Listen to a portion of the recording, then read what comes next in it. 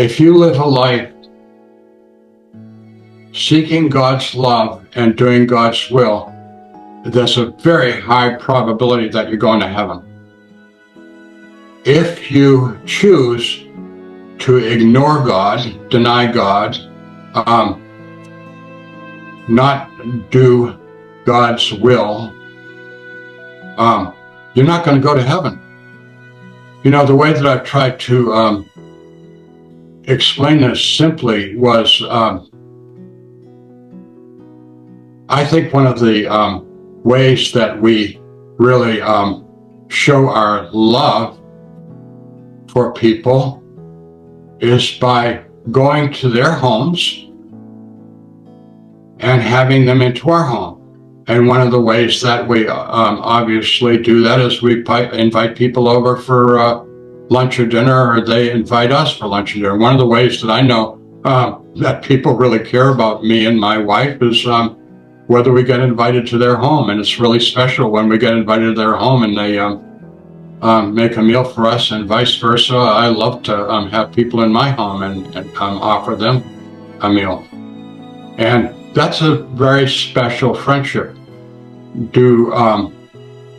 I invite people that don't like me, that are mean to me, mean to my wife, into my home?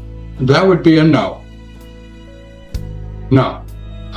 You know, people that are unpleasant to me and my wife, we don't have them in our home. Heaven is God's home. What don't you understand? If you have rejected God in your life and in this world, you're not going to be invited home to God's home.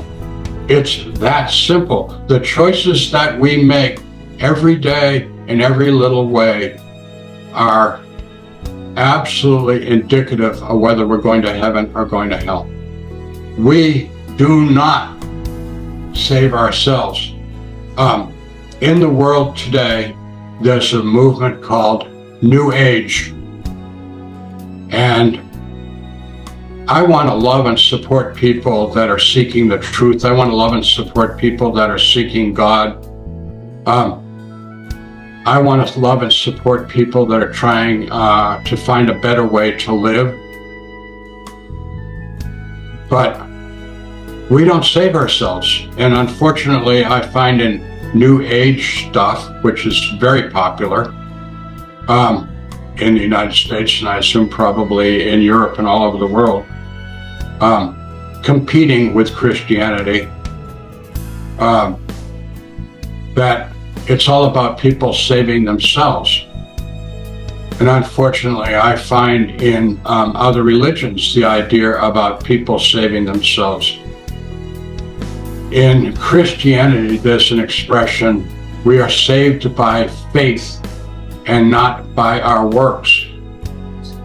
The beginning of salvation is putting our faith in a supreme being and not in ourselves. Matter of fact, the real beginning of faith is letting go of our obsession and our selfish concern with our own welfare and putting our hearts, minds, souls, and strength into the hands of something much greater and beyond us, which is God.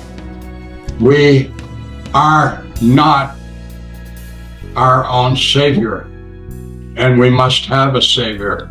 Now, there is a person who identified themselves as our Savior, and that is the Son of God, Jesus Christ. And He is the way, the truth, and the life to God. And as far as I know, there is no other.